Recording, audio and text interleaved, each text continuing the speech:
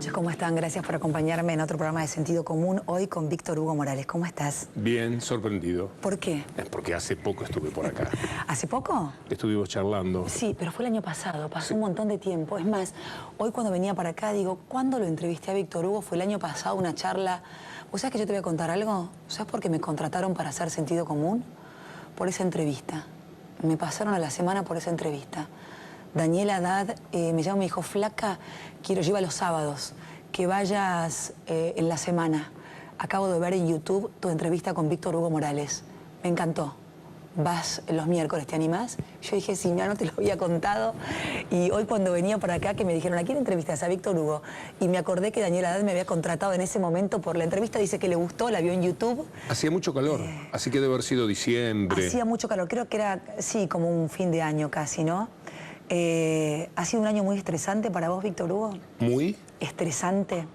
No, interesante. ¿Interesante? Contame por qué. Yo desde afuera lo vi como interesante y estresante, pero contame vos por qué. Vivo la profesión apasionadamente, es lo que mi manera de vivir es con un eje muy fuerte en el trabajo.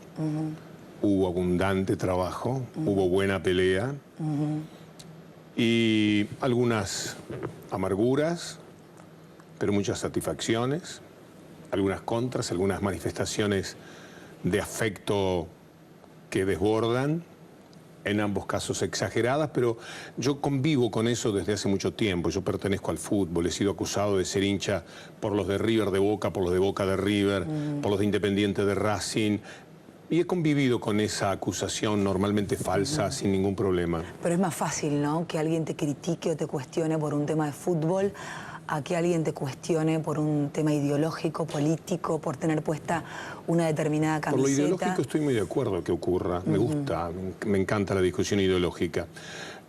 Aquellas que son acusaciones personales solamente estimulan el deseo de defenderte y demostrar que son falsas. ¿Pero te da amargura eso? ¿A eso te referías cuando decías amargura? Creo que en algunos casos cuando la injusticia es muy despareja, yo peleo contra gente que tiene una llegada a 20 o 25 millones de personas y yo llego a lo que un programa de televisión de 3 puntos y un programa de radio a 300.000 personas cada día. Estoy en un déficit de 19.500.000 personas según mis cálculos, es decir, hay 19 millones de personas que saben una verdad entre comillas que otros cuentan y un público mucho más reducido que sabe también mi versión de los hechos y que me cree, presumo. Dependo de que en esos 19 millones de personas haya mucho que no les crea a los demás, que creo que esto sucede bastante. Y después me digo que lo que me importa es que cierta gente que cree en mí, desde el punto de vista profesional, no tenga motivos para dejar de confiar.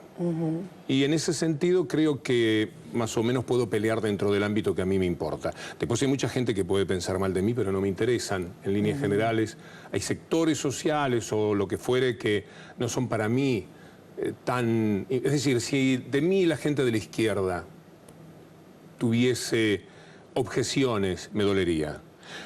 La gente de la derecha, me parece lógico que me combata, porque yo he combatido toda la vida contra la derecha en todos los órdenes, en cada paso que he dado en mi vida, aún en un simple relato deportivo. Y la ley de medios vino a...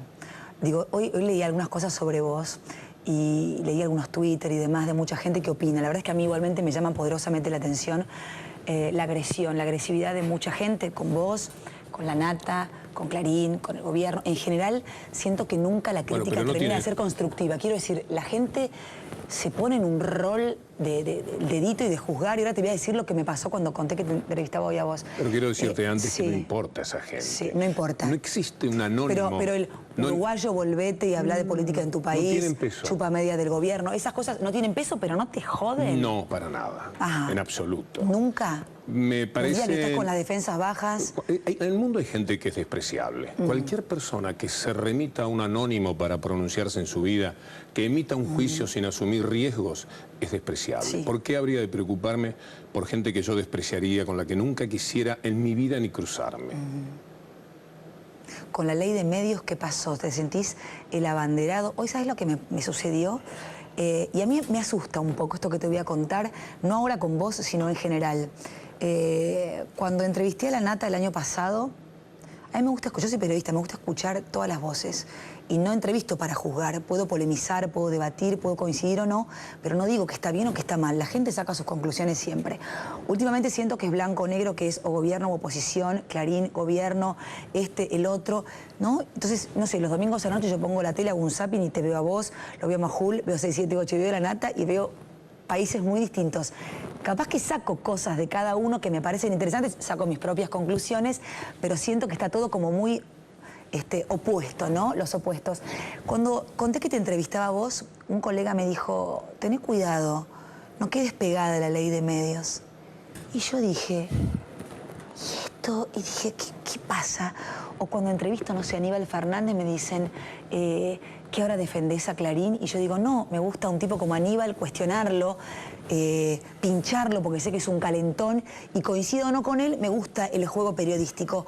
Cuando me dijeron, ay, cuidado, que podés quedar pegada a la ley de medios, dije, ¿qué nos está pasando? Bueno, que estabas hablando con una pobre persona, para empezar. Pero creo que si lo entrevisto a la Nata me dice, estás en contra del gobierno, ¿no? Estabas hablando con un hombre o con una mujer no libre. No te lo puede haber dicho una persona libre, eso que te dijeron. ¿Vos crees? Absolutamente. Son personas que están atrapadas en una coyuntura, en una miseria muy especial. Vos podés preguntarme por la ley de medios o por lo que quieras y no veo por qué esto afectaría tu carrera o tu nombre. Absolutamente, pero ¿no sentís que en el medio está pasando eso? Y lo digo por vos, con la ley de medios o con la Nata, que voy en contra del gobierno. Quiero decir, ¿no se puede volver al periodismo o al debate o a pensar distinto? A mí me gusta pensar distinto y hablar con gente que tal vez piensa distinto a mí. Y no por eso soy mejor yo ni es peor el otro. ¿Qué nos pasa? Que no se puede llegar a un diálogo, que no podemos hablar como personas civilizadas. Todo es pelea. Hoy lo escuchaba a Julio Lac como enojado y contaba las cosas y las modificaciones y el tema de la justicia y el juez y Clarín. ¿Pero por qué te pareció que estaba enojado? Lo noté como que estaba enojado y después veo los spots de Clarín, ¿viste? Y entonces es, nosotros somos independientes del gobierno y no de vos. ¿Quién miente? ¿Quién dice la verdad? Es fácil, tendrías que saberlo. Bueno, ya tendrías la responsabilidad de saberlo. Estamos hablando de una mafia contra un gobierno elegido por el pueblo, al que podés cambiar cuando quieras. Absolutamente. Estamos hablando de una mafia a la que no podés cambiar, mucho menos en este estado de cosas, que hace 30 años o más, que se robó empresas con las manos pegoteadas de sangre, que ha digitado la caída de presidentes como Alfonsín, como de la Rúa, el ascenso de presidentes como Duhalde, como Menem, que ha determinado en función de sus intereses la vida política y yo te diría hasta cultural del país. Una mafia que o te da protección o te provoca que yo tenga. El otro día pedí un poco lo que han escrito de mí en este tiempo, porque yo no tomo nota, yo no leo nada. ¿No lees Eso nada me preserva, para tu salud mental? No, posiblemente. ¿Hace Porque cuando vos lees algo que es muy negativo, sí, te llenás un poco de No, por eso te decía lo de los rechazo. tweets, que aunque es gente anónima, si uno se engancha con eso, pero ojo, digo, eso le pasa, a todo el mundo le pasa. ¿Cómo alguien puede ver anónimos? ¿Cómo alguien puede ver esos foros que son cloacas? Son tremendos. Bueno, pero pasa algo... Vos decís tremendo, pero tremendo es una palabra amable para esa Sí, gente. pero pasa algo que es curioso, ¿no? Y lo hablaba con Beto Casera el otro día y lo hablamos siempre con Beto, con la gente que... Dicen, yo doy una entrevista para un diario o levantan algo que dije en televisión y de repente hay gente que pide, por favor, evítame los comentarios porque te doy mi tiempo, te doy una hora de mi tiempo para que finalmente cuando termino la gente me insulte, me putee desde el anonimato. Bueno, esa es la vergüenza de los medios de comunicación, incluido la radio donde yo trabajo, porque han recurrido a eso como un espectáculo. Sin ética, sin estética, sin escrúpulos, sin pudores. Todos los medios de comunicación que permiten tener foros donde la gente dice lo que sabemos que dice, han traicionado la esencia de la profesión. En nombre de libertades con las que siempre se procede para abusar, en nombre de esas libertades han hecho un verdadero desquicio. Y lo hacen intencionadamente, para que la gente recurra a un foro para ver qué opinan de una nota. Y te ponen la nota a veces sin siquiera opinar el medio. Lo hacen y se la dejan a la gente para que la gente entregue su canibalismo, su desprecio, su odio y su pobreza intelectual. Que alguien tenga un medio así, yo que no tengo un medio, pero tengo un programa sobre el que tengo poder de edición, del que me siento dueño, y que sé que yo jamás procedería de esa forma, y que no lo hago, y que llevo 6 años, estoy convencido de que estamos hablando de gente que se ha degenerado, que ha perdido por completo la chaveta. En consecuencia, en esa medida que ellos dan de su ética y de su estética, está el propio reproche que algún día le formulará la sociedad. Decías que hace poco pediste algunas notas, me decías recién, que hablan de vos o que has hecho, no sé. ¿Qué te pasa cuando lees cosas sobre vos? Decías que las evitás hasta por una cuestión de salud mental. ¿Qué cosas leíste de vos que alguien escribió, que dijo, de vos que dijiste? ¿Y esto qué quiere decir? ¿Qué me ponen? Este no soy yo. ¿Te pasa cuando lees cosas sobre vos? Yo tengo una página donde no existe, sin insultar la inteligencia de nadie, ningún tema que no tenga respuesta. Lo que sucede es que a veces te podés poner a desmentir hechos que son irrisorios. Es decir, habla a favor del gobierno porque le dieron 10 millones de dólares. De las usinas de Mañeto salió un mail, en la calle Perú, un mail que llegó a 4 millones de personas, a las que le dijeron que yo había recibido 10 millones de dólares para pensar como pienso. Por encima de que llegó un mail que habías cobrado 15. 15 millones. Alguien se quedó con 5 palos. Sí, alguien tomó 5 en el camino. Cuando ocurre una cosa así, si vos pones un empeño demasiado importante en desmentirlo, creo que estás perdiendo el tiempo, porque eso no lo puede creer ninguna persona bien nacida, ninguna persona inteligente, ninguna persona que sepa analizar, bueno, pero ¿cómo le dan 15 millones de dólares? Que los tiene en una caja de zapato y lo van distribuyendo para una persona que tiene el 3er programa de radio y un programa de televisión de 2 o 3 puntos, en el mejor de los casos. ¿Cuánto le darían entonces? ¿Cuánto le ofrecerían a los dueños de los medios? Cientos de millones de dólares. ¿Quién los da? ¿De dónde los sacan? ¿Y por qué ellos no toman ese dinero para ellos? ¿Para qué lo van a invertir en otras personas? Es todo tan estúpido que nada más recorrer la explicación de refutación es incómodo, es casi una torpeza. Pero de todas maneras, yo pongo a disposición de la gente, en mi página y en todos lados, cuánto gano, la poca necesidad que gracias a Dios tengo. Yo me he hecho una persona rica, si se quiere, con mi profesión, pero hace muchos años, que no tiene la mínima necesidad. Si la tuviera, estoy seguro que no me comportaría de una manera distinta, porque además yo construí mi bienestar económico desde el lugar de la refutación del poder. ¿Por qué habría de pasarme al poder si toda la vida se sabe que hasta los 60 años he procedido de esa manera? ¿A quién tenés que explicarle que de buenas a primeras y porque sí, sin ninguna necesidad ni material ni profesional, porque conocido bastante soy, una persona pueda transformar y convertirse en un delincuente al servicio de alguien? Pero además está la refutación de mi propio programa. Mis programas no están alineados para el gobierno. Todos los días tengo, o buena cantidad de días al mes, tengo temas en los que no estoy de acuerdo con el gobierno. ¿Cuáles son, Víctor Hugo? Las ART, la ley antiterrorista, el acuerdo con Monsanto, el voto extranjero a partir de los 2 años, yo creo que tienen que ser más, el voto juvenil obligatorio contra el que estuve, para decirte algunas cosas de memoria, debe haber algunas más en las que tengo una posición, en la discusión sobre si las empresas deben repartir ganancias con sus trabajadores. Estoy del lado de Moyano y no de la presidenta. Yo creo que a las empresas nunca las van a seducir por las buenas, hay que marcarlo por una ley, y en ese caso opino parecido a Moyano. No han escuchado en mi programa seguramente ningún ataque que tenga que ver con la pelea Moyano-Gobierno dirigida hacia Moyano. Mi programa es extraordinariamente libre. Yo soy una persona que disfruto de mi libertad. No tengo contacto con el poder. Le di a la mano a la presidenta 10 segundos una vez en la presentación del libro de Paenza. Me lo contaste el año pasado. Sí. Es más, me contaste nunca lo que tomé me llamó... un café con Aníbal Fernández, que es un personaje que me interesa. He hablado por teléfono alguna vez. ¿Por qué te interesa Aníbal? Porque es muy inteligente, porque sabe mucho, porque es el más preparado de todos los políticos de la actualidad. no lo podés tomar en falsa escuadra en el conocimiento de la ley o de la problemática que existe. Entonces es interesante el ejercicio de hablar con una persona así. Pero nunca he tomado ni un café. He tomado 2 veces café con tomada, en épocas en las cuales teníamos discrepancia con el gobierno en un tema que duró muchísimo, que fue la 125.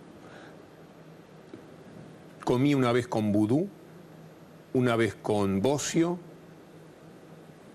un par de veces con Tristan Bauer, o 3 veces con Tristan Bauer, 2 veces con Randazzo, 4 veces con Macri, más de una vez con gente normalmente invitado. Es decir, yo nunca he tomado la iniciativa para tener contacto con nadie, yo no tengo ni mínimo roce con el poder, no me interesa algún tipo de vida que está muy por afuera de la posibilidad de tener vida social, de la que a mí no me interese mucho. Me dejaste picando Vudú. ¿Quién es Vudú? ¿Y cómo fue ese encuentro con Vudú? Vudú es una construcción peligrosísima de los medios de comunicación de este tiempo, que no sé cómo va a derivar el próximo año cuando, como ya empieza a suceder, la situación comience a aclararse. El tema de Vudú para mí es una cuestión política, una decisión de adentro del gobierno en la que tienen de un lado a Bolt y del otro a Ciccone, y se quieren sacar de encima a Bolt para que ese dinero de Bolt no tenga influencia política en la provincia de Buenos Aires, porque el gobierno mira con recelo a Scioli. Con mucho. Y dicen, justificadamente, ¿Por qué? porque ¿Por qué? no, pues Scioli a lo mejor es una buena persona, pero no es para nada una continuidad política de la idea del gobierno. Pero no es el candidato natural en las elecciones del 2015. Candidatos naturales hay muchísimos. ¿De cuáles? Pero no de la idea del gobierno. ¿Pero cuáles son los candidatos? ¿A quiénes ves? Los hablemos después, no me pases por todos los temas de golpe. Yo me voy acordando y vuelvo a Vudú, yo vuelvo a todo. ¿De qué estábamos? Bueno, vayamos a Vudú. Estaba diciéndote que de un lado tienen a Bolt, del otro Ciccone. Sí. ¿Qué hay que hacer? Poner a Ciccone. Está quebrada. Alguien dijo, bueno, arréglenlo. Supongo que es así y que el tema es vulnerable políticamente. Es una discusión política. Ahora les apareció que todo lo que preguntaban los medios de comunicación, La Nación, por ejemplo, todo el tiempo, ¿cuál es la empresa? Y los políticos alineados repiten lo mismo. ¿Cuál es la empresa que está detrás de FUN? Algún día, si querés, preguntá cuál es la empresa que está detrás de La Nación. Preguntá si hay Islas Vírgenes, Islas Caimán, en un diario que funciona en la Argentina. Y no vas a conocer jamás cómo está integrada esa dirección. Pero ellos piden la empresa FUN, y resulta que ahora es de Moneta. Pero no pueden ni siquiera decir que la empresa es de Moneta como un invento ahora, porque cometieron el error de anunciarlo ellos mismos en julio. Por lo tanto, debe ser verdad. Y si es verdad, ¿qué queda de la causa? Una señora que, enojada con el marido, dice que su marido es testaferro de alguien del que nunca se pudo encontrar ni una foto. Yo no abogo por Vudú. Yo abogo por el sentido común. ¿Sabes por qué? Porque he cometido muchos errores. He acusado a gente y me he tenido que morder la lengua. Y me he sentido muy mal, porque cometer una injusticia contra el honor de una persona es una cosa demasiado grave. Estamos muy livianos en eso, en la apreciación genuflexa que tenemos frente a los medios de comunicación, que pueden decir de cualquier persona una construcción, construyen el personaje. Y yo, que soy una construcción, lo sé perfectamente porque lo he sufrido en carne propia. ¿En qué soy una construcción? ¿En qué soy un hombre del gobierno? No lo soy, no tengo nada que ver. Va mi honor personal, van mis ojos, va mi vida, va mi familia en esta postura. Soy un hombre absolutamente libre. A mí me gusta, de todas maneras, lo que deben pensar en el gobierno de mí. Me deben tener mucha admiración algunos, porque ellos saben que no hay relación. Y ven cómo me acusan y cómo me apalean, porque yo estoy a favor de la ley de medios. ¿Sabes cuánto hace que yo hablo de la ley de medios y del fútbol para todos? Fuiste como uno de los primeros, ¿no? Cuando empezaste. 20 años, 22 años. Cuando empezó la compra de Radio Mitre. Más o menos en esa época, ya tengo testimonios que salen todos los días en la radio, en mis programas, año 91, 93, 95, 98, siempre diciendo, a veces un poco más acá, ya que eran directamente una mafia. Cuando se robaron el fútbol a partir de 1994, yo sabía que eran una mafia, que le daban protección a los dirigentes que les firmaban lo que ellos querían y atacaban, como Al Capone, que te manda te mandaba una persona al supermercado y decía, venimos a ofrecerle protección. Pero protección, ¿por qué si no tenemos ningún problema? Por el que van a tener si no aceptan la protección. Y de esta manera ha procedido el Grupo Clarín durante todos estos años. Se quedaron con el fútbol, con Fivertel, con el papel. Son dueños absolutamente de todos. No hay nada que me puedas mencionar. Yo te vi en el programa cuando le preguntaste a Aníbal Fernández. Todo es Clarín. Y todo es, sí, efectivamente. No hay un tema que puedas soslayar del grupo. Ha envenenado el país, ha envenenado la sociedad, es el causante de la división para generar la protección de sus intereses y no matan sencillamente porque no les hace falta. Estoy seguro de que llegarían a matar personas. No matan porque pueden matar algo peor, que es la credibilidad de las personas. A mí me han hecho cosas por las cuales yo hubiera preferido una bala. 3 tipos que me esperaran en la vereda y me pegaran unos tiros y no que hicieran eso de los 10 millones de dólares, por ejemplo. Lo hubiera preferido, porque de todas maneras yo he tenido que cara a cara con alguna persona tener que recibir el insulto de lo que seguramente no soy. Soy una persona de bien y un tipo muy digno, un tipo serio, preocupado por la calidad del periodismo, por la estética que tiene el periodismo, muy laburante, a veces pienso que sorprendentemente para mí mismo, bien considerado en el mundo íntimo donde yo trabajo. Vos podés preguntar por mí, a la mayoría de las personas que han trabajado o trabajan conmigo. Si le pregunto a Magdalena, ¿qué me dice? Bueno, tenemos una situación de desprecio mutuo. No es bueno que le preguntes a alguien con la que vos de antemano, es como si yo te preguntara qué pasa si yo le pregunto a Rial por vos antes de que pudieran llevarse bien. Estamos en lo mismo. Pero igual es de gente civilizada después tomar un café a veces o sí, tratar a veces de... no hay retorno. Hay cosas que, si la acusación es de que sos, la acusación es de que dijiste furcios o que te equivocaste en algo, si la acusación pasa por dar a entender que vos sos una persona comprada por el gobierno, no tiene retorno.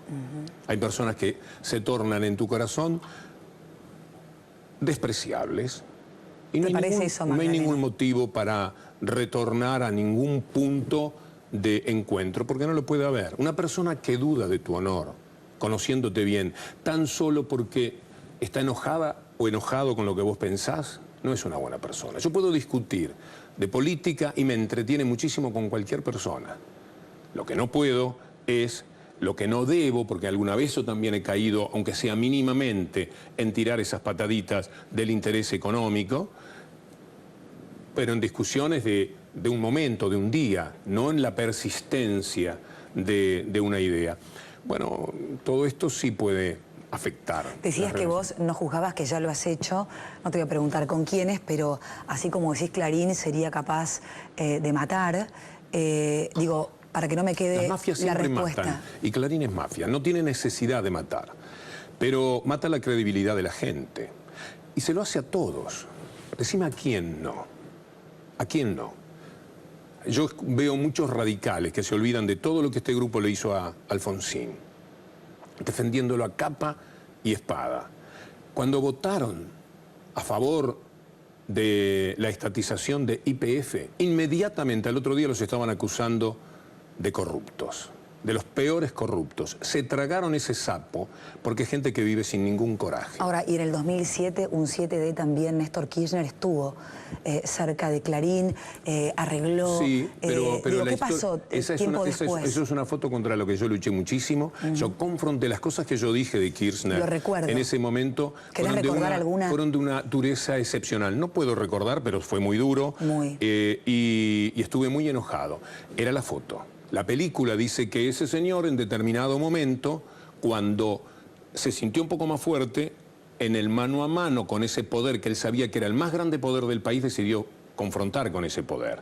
Y ese coraje que hay que tener para enfrentarte a la mafia, que te golpea sin darte la cara, te golpea por todos lados de la peor manera, te golpea porque tienen gente en la justicia, gente en el periodismo, gente en la política, y todavía no le hacen falta gángster, pero también los puede tener. Cuando vos te enfrentás a eso, tenés seguramente, desde el lugar de poder, que vos tenés muchísimo coraje. Y entonces todo lo que yo critiqué a ese hombre y toda la objeción que me mereció cuando en diciembre de 2007 firmó lo de Multicanal y Cablevisión, y yo sentí durante mucho tiempo que eso era lo peor que se podía haber hecho. Antes ya lo criticaba, cuando recibió en Casa de Gobierno a Grondona y Ávila para felicitarlos porque permitían transmitir el fútbol en directo, que era una vieja pelea mía de los años... del año 2000 por lo menos, cuando estuve en el Senado hablando con los de Clarín sentados ahí y con todos esos intereses de por medio, y yo sabía que era algo que correspondía que se hiciera. O sea, que motivos de crítica con los gobiernos, con Alfonsín. ¿Sabes las cosas que yo dije y dijimos todos del Pacto de Olivos de Alfonsín? Y después pasaron los años y resulta que no era una locura lo de Alfonsín. Los hombres no pueden ser juzgados tan fácilmente en tiempo presente. Los gobiernos. Yo estoy contra la ley antiterrorista. Lo que pasa es que la discusión duró un día. Si hubiese durado 3 meses, como la 125, hubiera estado 3 meses contra la ley antiterrorista, que no me parece buena. Implica que puedo tomar distancia esa vez, pero estoy a favor de otras medidas del gobierno. Estoy a favor, por ejemplo, de las AFJP, de la estatización de las AFJP. Con los gobiernos uno va y viene, con lo que no hay posibilidades de volver es con quienes no producen hechos nuevos, salvo hechos mafiosos, como con Clarín. Si vos estuviste contra Clarín, vos no tenés manera, porque no hay un cambio. Vos podés estar contra un gobierno, porque el gobierno está en el centro o a la derecha. Ese gobierno se va corriendo un poco a la izquierda, está ocupando los espacios que vos siempre soñaste, está dando asignación universal por hijo. Caramba, esto lo quería yo. Está haciendo que se jubilen las personas que habían quedado al margen de la posibilidad de jubilarse porque no habían podido aportar, en una gran injusticia. Termina con esa injusticia. Bueno, todas estas cosas son cosas que vos querías. ¿Qué haces? ¿Seguís en contra porque sí? No, en esto estás a favor. Y en lo nuevo que te parezca negativo, estás otra vez en contra. Quiero hablar con vos de todos los temas de la ley de medios, Jorge Lanata, pero antes de irnos a la primera pausa, ¿estás pasándola bien? ¿Estás cómodo? Yo estoy muy cómodo. Amado Vudú es... para vos, por ahora es inocente. Hay un problema de comunicación en el gobierno, yo creo que hay un que fue con la 125, que ahora que no terminan de aclarar nada, que la gente cree que es culpable porque nadie habla, porque no dan conferencias de prensa. Hay un tema de comunicación grave, creo, en este gobierno, ¿no? Bueno, eso es otra cosa. Sigamos con lo de Vudú, sí, Vudú, para poder analizar la otra pregunta. ¿Cuál es, para cerrar, Vudú. ¿Es inocente Vudú? Bueno, primero que ni siquiera está procesado. Segundo, que va a ser difícil que lo puedan procesar. Tercero, que se van a caer pruebas como la de la señora Muñoz, la esposa de Van der Broel. Cuarto, que ahora se sabe de quién es la empresa y no tiene que ver con sus amigos. Quinto, que se sabe de quién es la empresa y el diario La Nación dijo en julio, 6 meses antes, de quién podría ser la empresa. Ya se sospechaba que fuese de Moneta, por parte de La Nación, con lo cual no podrán decir que de buenas a primera y en 2 semanas armaron los papeles. Esos papeles se los dan a jueces entrenados que saben leer. Vos no le podés dar un papelito, un borrador a un juez, le tenés que dar cosas muy coherentes. Si han conseguido presentar pruebas sumamente coherentes, no les va a quedar absolutamente nada. Con lo cual, es muy probable que Vudú sea inocente ante la justicia. Y la inocencia en lo ético está impregnada de lo que te dije antes. Es una discusión política. Políticamente puede ser vulnerable, porque participó de una idea en la cual el gobierno, para mí es esto es teoría pura, el gobierno decide que la impresión del dinero esté en manos de Chicone y no de Bolt, por lo que dijimos antes y no quiero ser redundante. Así que lo más probable es que tengan que tragarse también ese sapo, como el de Skanska, en el que yo participé, porque ellos consiguen fijarte la agenda. ¿Vos por qué me preguntás de Vudú? Vos no has visto nunca un papel. Vos sabés lo que dice Clarín y Nación sobre Vudú. Sí, y a veces lo que me falta, yo puedo traer esa información. Y lo mismo me ocurre a mí y a todos los ciudadanos. ¿Sabes qué me pasa? Que yo tengo la necesidad de que el gobierno salga a explicarme, que salga a darme información, que cuando sale publicado... ¿Todos los días por cada acusación? No, todos los días, no, porque tampoco me gusta ver a Timerman con Parrilli dando una conferencia el fin de semana y verlos con Clarín y La Nación encima. Quiero decir, entiendo el poder que tiene la prensa, pero por otro lado... te voy a ser muy vulgar, me hinchan mucho las pelotas que estemos hablando de la ley de medios como si fuera lo más importante, que es importante y hay que respetarla, pero tengo la sensación cuando salgo a la calle que al taxista, que a la empleada doméstica, que al laburante, que a mucha gente... No le importa porque no sabe. O quieren resolver otras cosas que son más importantes. Mira, la madre del dolor, que dice, después de 10 años dejo de presidirla, voy a acompañar. Pero ¿qué le digo a una madre que llega, que le mataron al hijo, que el tipo que mató al mío estuvo 2 meses preso y está libre? Me cansé. Siento que es importante la ley de medios y hay que cumplirla. Pero que no hay que solo matarse porque el juez esté ahí del lado del gobierno o dando las resoluciones que quieren, sino que también, eso es importante, pero que a una mujer que le matan al hijo le den justicia. ¿Qué tiene que ver con la ley de medios? No, porque quiero decir que a veces, que pongo la tele, pongo la tele o pongo la radio, Víctor Hugo, o una tanda, o veo Fútbol para Todos y hay una campaña que dice Clarín miente. Quiero decir, todo es importante, pero a veces siento que las cosas más importantes no se resuelven. Entonces digo, todo es importante, pero lo importante a veces a la gente no se lo resuelve nadie. Lo de Clarín en Fútbol para Todos, si hace 3 años hubiera aceptado cumplir la ley. Estamos discutiendo hace 3 años, no porque el gobierno lo quiera. El gobierno emitió una ley. Esta discusión es porque una mafia defiende sus derechos, entre comillas, desde hace 3 años. Lo que vos ves y te fastidia, no lo ves por culpa del gobierno, lo ves por culpa de Clarín. Hubiera cumplido la ley, no estaríamos hablando de esto. Ahora, ¿la cumplen todos? ¿Todos la cumplen? No hay manera de que no la cumplan. No hay manera de que no la cumplan. Vos trabajás en un canal que seguramente va a ser el primero en ser observado si cumple o no cumple la ley. Están todos visualizados. Está muy claro todo. Y por otra parte, te podrás imaginar que seré un periodista, por lo menos en mi ámbito, bastante vigilante del cumplimiento de la ley de medios.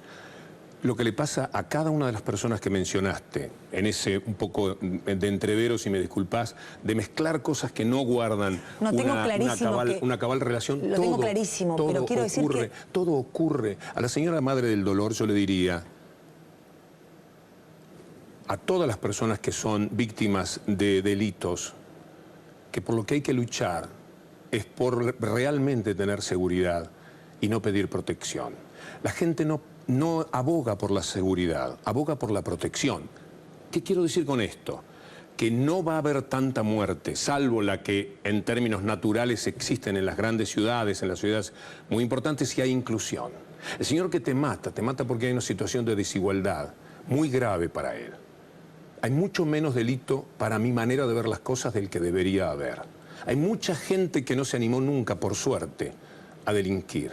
Hemos creado en América Latina sociedades sumamente injustas y no se arregla de un día para el otro. Entonces, cuando te quieren incluir, cuando te dan asignación universal por hijos, están conteniendo a esa gente, están dándote seguridad. La seguridad de que esa gente no sale enfurecida a la calle a buscar la leche para el hijo que llora toda la noche porque tiene hambre.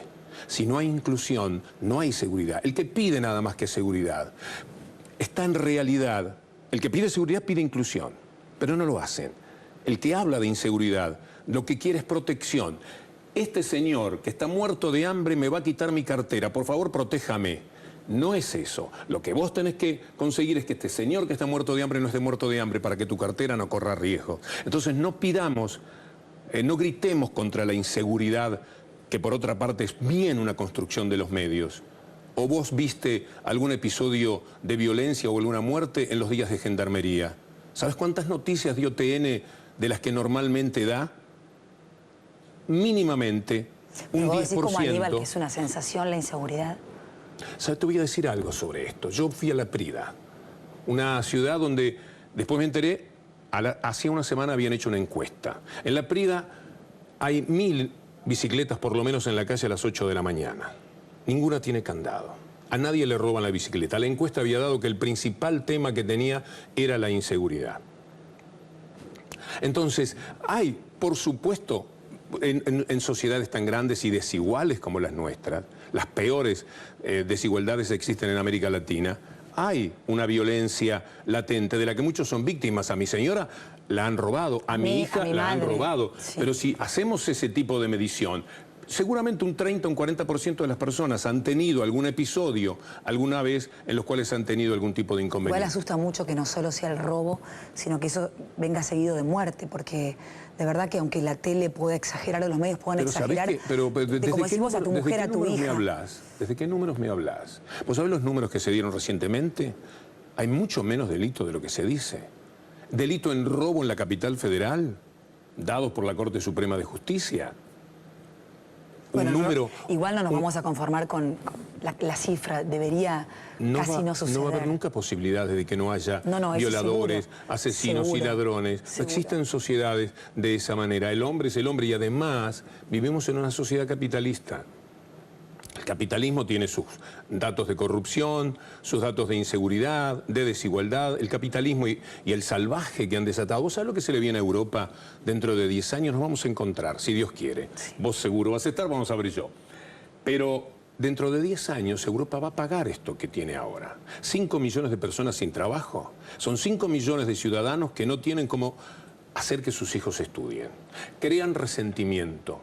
Llegan a los 25 años, el 50% no tiene trabajo. ¿Cuánto tiempo podés masticar la rabia de que te hayan robado los bancos, el Fondo Monetario Internacional, que te hayan hecho la víctima de lo desalmado que son los fondos buitres y toda esa gente, esa lacra que anda por el mundo, apoyándose en la traición de los economistas y de los gobernantes de cada uno de los países que les han dado crédito? ¿Cuánto tiempo? Tenés 25 años, 2 años sin trabajo, después tenés 30, no te podés casar, no podés hacer tu vida, no podés hacer nada.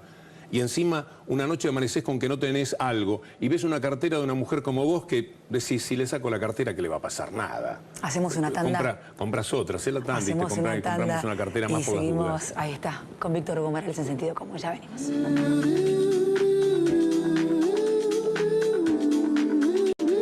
Seguimos con Víctor Hugo Morales, el segundo bloque, bueno, hasta en el corte, hablando de todos los temas. Hemos hablado mucho en estos 30 y pico de minutos. Para mi gusto yo hablé demasiado. ¿En serio? Voy a ser más breve. No, está bien, estuvo correcto.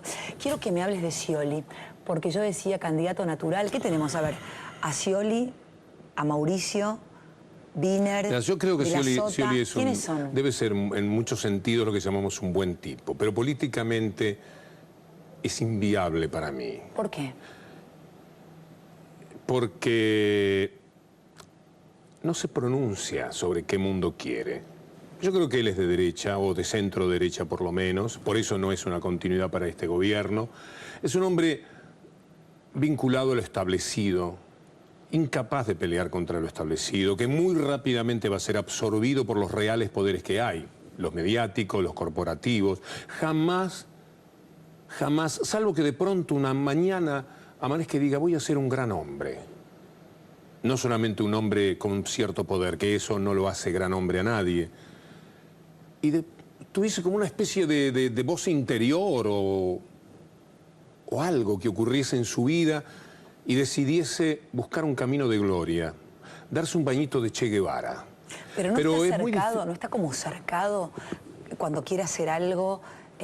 salta el gobierno, o no digo que lo boicotean porque no me consta, si eso fuera pero no hay verdad, un poco de eso. ¿Pero querés analizar? Sí, si eso fuera favor. verdad, estamos hablando de un hombre tan débil, tan sin carácter, tan fácil de humillar, que no merecería de ninguna manera ser el primer ciudadano del país. O esto, o es verdad, es decir, o es una persona humillada y por lo tanto no puede ser el primer ciudadano del país, o esto no es verdad. O es muy inteligente y espera con mucha paciencia su momento. Vos le llamás inteligente y paciente a maneras de ser que yo no puedo compartir. Pero acepto. Mucha gente acepta a Scioli. Yo no tengo nada personal contra Scioli, bueno, de hecho, salvo... las encuestas lo dan como el gran candidato con... El otro día, no recuerdo qué encuestadora, pero decía Scioli... no recuerdo el segundo y después Cristina. La derecha tiene algunos candidatos interesantes. ¿Quiénes? Scioli. Sí. Bueno, cortados un poco por la misma tijera. ¿Cuál? ¿Qué tijera? La de políticamente correctos. Políticamente correcto, políticamente pro-establishment, es decir, una defensa de lo establecido, un recorrido por frases huecas de llevémonos bien, ha puesto al diálogo, pero porque estamos trabajando huecas para la gente, porque son huecas. Tengo muchas ganas de que arrancamos así la charla, que se pueda el diálogo, que no sea un político calentón o autoritario, sino que escuche. Para mí la perseverancia es importante. ¿Sabés quién es autoritario? ¿Quién? El que quiere imponer sin un mandato su voluntad. Los autoritarios no son los del gobierno. No lo decía por ellos. No, pero esa es la Digo, lucha. en Se dice que el gobierno es autoritario y los demás son los que quieren el diálogo. A este gobierno lo votaron para que hiciera algo el 54% de la gente. Autoritario es que los que perdieron quieran que haga aquello que ellos quieren y no lo que el gobierno le dijo a la gente que iba a hacer y por lo cual lo votaron. Entonces, sí, dialoguemos. ¿Que usted qué quiere? Yo quiero devaluación del dólar. No. Ah, usted es un autoritario porque... No, pero yo estoy gobernando. Entonces, ¿quién es el autoritario? ¿Yo que no hago devaluación de dólar porque es en lo que creo? ¿O el que me dice que haga devaluación de dólar y si no lo hago, sin tener ningún mandato, me dice que yo soy autoritario? El autoritario es el que quiere imponer su voluntad sin tener un mandato. Y esto es lo que hemos tenido hasta ahora. Le dicen autoritario al que está tratando de hacer lo que dijo que iba a hacer. Después vemos si bien, mal o regular. Y no lo votamos la próxima vez y se terminó la historia. Autoritario es que el que, teniendo el 15% o el 2% de la aceptación de la gente, le dice al gobierno qué es lo que tiene que hacer. ¿Ya hablas de Lilita Carrió, por ejemplo?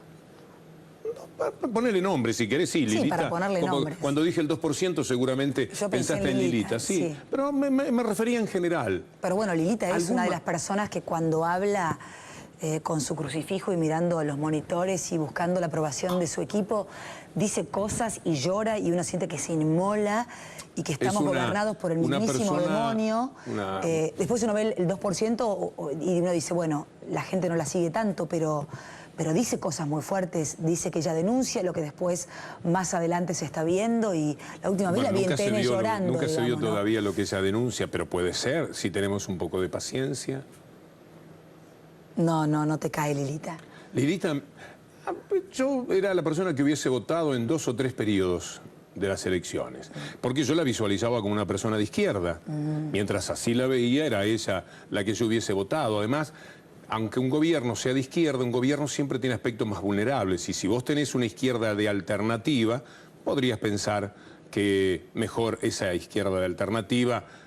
Y además uno periodísticamente tiene como un mecanismo de defensa, a veces, para no hablar a favor del gobierno y que haya confusiones. Pero después es indudable que se corrió para otro lado, a otro tipo de intereses, según mi manera de ver las cosas. Por ahí yo estoy equivocado, pero no es ya aquella persona que políticamente yo visualizaba de una determinada manera. Hace poco intentaron el diálogo por el tema de la basura, Scioli y Mauricio Macri. Ya me dijiste lo que pensás del gobernador de la provincia de Buenos Aires. ¿Qué pensás de Mauricio Macri? ¿Lo ves como candidato en el 2015? La derecha siempre es vacía. La derecha es Capriles. No pueden decir nada, porque vos no podés decir en tu discurso, yo quiero un mundo desigual. No puedes decir, yo quiero que unos tengan y otros no. La derecha es Capriles. La derecha, Capriles es derecha, el señor Nieto es derecha, Macri es derecha, naturalmente. Conciben al mundo desde la libertad de mercado. El mercado es este. Y estos son los ciudadanos. El que llega primero, el más fuerte, el más grande gana y los demás que la miren. Esto es de todos. ¿Por qué la tierra es, ni hablemos en la Argentina, de tan pocas familias? ¿Por qué alguien tiene 20.000 hectáreas? ¿Alguna vez te preguntaste de dónde viene eso? En 1890, 2000, como dice Luis Agasti, un gran escritor bahiense, en Perdidos en el Espacio, hicieron el mundo, lo blindaron y dijeron, señores, este es el mundo. Asentaron sus derechos, le pusieron las leyes y dijeron, esto es lo que hay y esto es para siempre. Es muy injusto. ¿Sabes cuántas comunas tiene Francia? 31.000 comunas. Un campo de 100 hectáreas es casi obsceno en Francia. 50, 80, 90 hectáreas. 31.000 comunas contra 2.000 más o menos que habrá en la Argentina. ¿Cómo alguien tiene 30.000 hectáreas? ¿Por qué puede tener alguien eso? ¿Dónde lo ganó? Tiraron unos cañones, le dieron unos empréstitos a Roca, tiraron unos cañonazos y dijeron, esto es para vos, Anchorena, esto es para vos, fulano de tal. Y se lo quedaron. Y después dijeron, ahora hagamos las leyes, el código penal, que es para que no te roben, y el código civil, que es el que te permite robar a los pobres, hagamos el código y estas son las leyes. Señores, no se puede tocar lo que es propiedad privada, no se puede tocar lo que es seguridad jurídica. Y se lo aseguro, la derecha es un mundo en el cual la libertad de mercado está bien, la desigualdad es inevitable, hay países pobres, clases sociales muy pobres, gente que no puede acceder a nada.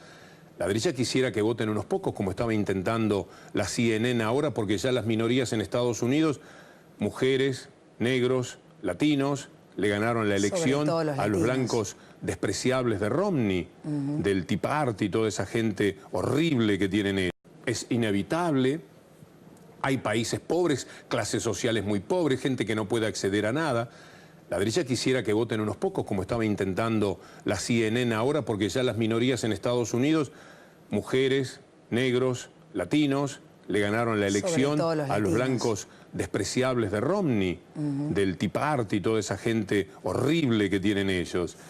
Y entonces ahora están pensando también la derecha en el voto calificado. Y si vos te pones a pensar en la Argentina también, lo que dijo Bartolomé Mitre, el dueño de La Nación, a la revista Bella, no hace mucho, es esto. Votan los pobres. Y esta pobre gente no piensa, no saben, no entienden. Por eso votan un gobierno inclusivo. Les dan un sándwich y los votan. Como si el cuarto oscuro fuera un lugar donde vos tenés que hacer, te están mirando lo que vos haces afuera. Vos ponés el voto que querés y salís chiflando y le decís dónde está lo que me prometieron, si es que le hubiesen prometido algo. Es muy difícil desde la derecha decir algo cautivante. Por eso dicen nada. Capriles decía, hay que subirse al autobús del progreso, que siempre es la palabra que te ponen de por medio, el progreso. Después no tienen mucho más para decir. En cambio, desde la izquierda, vos podés hablar de cosas mucho más lindas, podés embellecer la vida. Por eso siempre son más atractivos. El Che Guevara que Bush. ¿Dónde hay una persona para amar? En el Che Guevara. ¿Dónde hay un tipo para decir, este por lo menos se la juega? En un Chávez, en un Correa, en un Pepe Mujica. ¿Cómo lo vas a encontrar en Piñera? ¿Qué te gusta de Chávez? ¿De Chávez? Sí. Yo conozco América Latina desde los 18, 19 años. Viajaba, he ido 20 veces mínimamente a Venezuela, 20 veces a Ecuador, y yo sé lo que han hecho las clases sociales dominantes de Venezuela y de Ecuador toda su vida. El abuso que han cometido. Viven en Miami con los dineros que con el petróleo se lo entregaban a quienes fuera para que le pagaran a ellos. Chávez, primero, es una consecuencia de ese abuso indiscriminado. Es un hombre con muchos defectos, que de vez en cuando no te cae bien, un poco, qué sé yo, exagerado en sus posturas, pero es un hombre que está luchando por una sociedad, ¿no? Por una sociedad igualitaria. Sí, autoritario para el señor que viviendo en Miami quiere que haga lo que el señor de Miami quiere y Chávez no quiere hacer. ¿Pero no abusan del poder tantos años, tantos años, tantos años? Cuando vos tenés condiciones de líder, te despegás demasiado de los demás porque luchás contra lo establecido. Por eso la derecha da lo mismo Macri, Scioli, con todo respeto, estoy hablando estrictamente en política, da lo mismo. Por eso desde la izquierda no, porque la izquierda genera líderes, gente que lucha contra lo establecido, gente que se gana la admiración y también el rechazo de muchísima gente.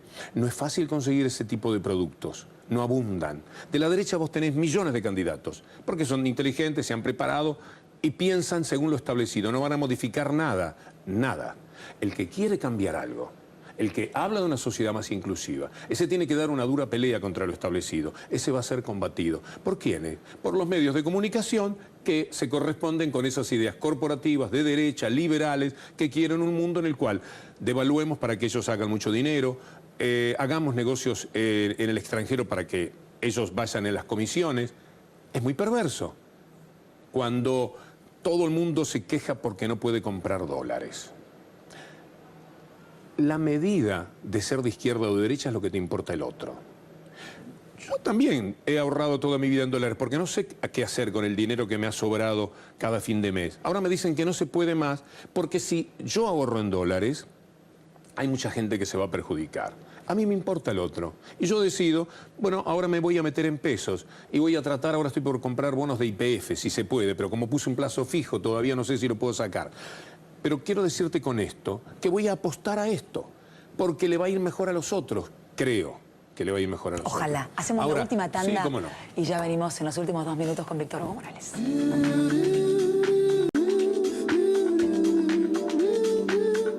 Bueno, nos quedan pocos minutos, me quedaría hablando mucho más, muy interesante de verdad.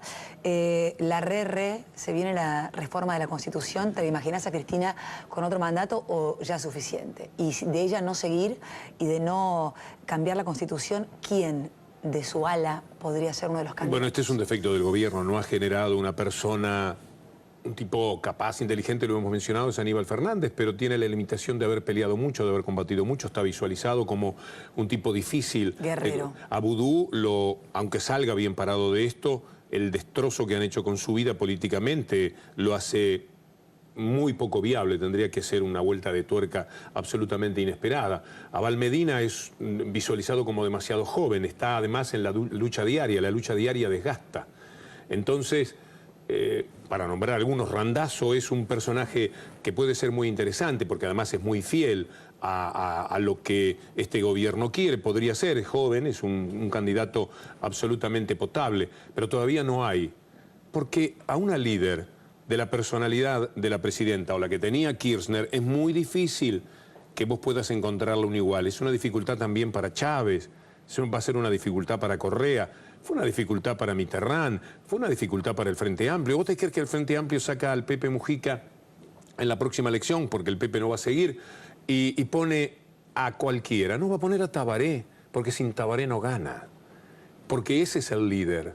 Y en consecuencia no es nada fácil construir esas personalidades de tipos que están demasiado jugados, que cruzaron el Rubicón, pasar el Rubicón, pelear contra lo establecido, salir del lugar de pertenencia social que la gente tiene, es una cosa muy difícil. Así que al gobierno, como déficit, entre otros, porque no todo es plausible, le veo la dificultad de generar una continuidad para Cristina Fernández. La última, y en 30 segundos, las declaraciones de Correa, recién lo mencionaste el otro día con respecto a la... Y admirable en todo lo que dice de los medios de comunicación. Fui a La Plata, fui a aplaudirlo, fui para dar testimonio de mi condición de latinoamericano que sabe que esos hombres están luchando por una América Latina inclusiva y soberana, que no viva de rodillas frente a los poderes internacionales y sobre todo a los poderes económicos internacionales. Derrapó en lo que dijo sobre el tema de Irán, porque él habló como si estuviese en las Naciones Unidas. Entonces sí, él puede mirar lo que le pasa a Libia y lo que le pasa a la Argentina, pero está en la Argentina y él debió compadecerse instantáneamente del padecimiento que ha provocado ese tema aquí. Vos podés decir en un foro internacional, miremos las Torres Gemelas, pero también miremos los asesinatos de Bush y de Estados Unidos en Irak. Podés pedir para mirar las dos cosas. Ahora, si vos estás referido en una pregunta a lo que ocurrió en las Torres Gemelas, ahí hay asesinos y vos tenés que pronunciarte enfáticamente contra estos asesinos. Después buscamos el foro internacional donde miramos al mundo y decimos, pero también hay asesinos y son peores todavía en quienes atacan a Irak y han matado 80, 100, 200.000 civiles, no se sabe exactamente cuántos han matado, contra 3.000 que murieron en las Torres Gemelas. Pero no es una cuestión de cifras, yo creo que fue una pena. Sí. Creo que no se preparó para una respuesta de calibre internacional porque él tiene una cercanía con, sí, provocó muchísimo con Irán. Sí, de todas maneras la reacción ha tenido un pronunciamiento tan enfático de la DAIA y de la AMIA como me hubiese gustado verlo, con los mismos reflejos en otros exabruptos que tardaron muchísimo en reaccionar, como los que se han escrito en más de una ocasión en el diario La Nación, por algún escritor o por algún periodista, y tantas otras veces que si la acusación o si el desprecio viene desde los sectores de la derecha, no son tan rápidos para reaccionar como en esto. Estoy de acuerdo con que reaccionen, pero solo quiero marcar que tienen que tener la misma atención para todo lo que signifique una agresión a la comunidad judía, que excede a la comunidad judía. Es una agresión a todos nosotros. Sí. A mí lo de Correa no me dolió porque sea judío, aunque tengo simpatía por el pueblo judío. Me dolió porque no hubiese querido que Correa dejase este dato de su paso por la Argentina que mata todo lo demás que hizo, que fue extraordinario, porque yo estuve en La Plata y su discurso señalando lo que son los medios de comunicación en América Latina, me invitaban a aplaudirlo, qué sé yo, hasta este momento. Muchas gracias, Víctor Hugo. Un placer. Hasta la próxima semana con Más Sentido Común.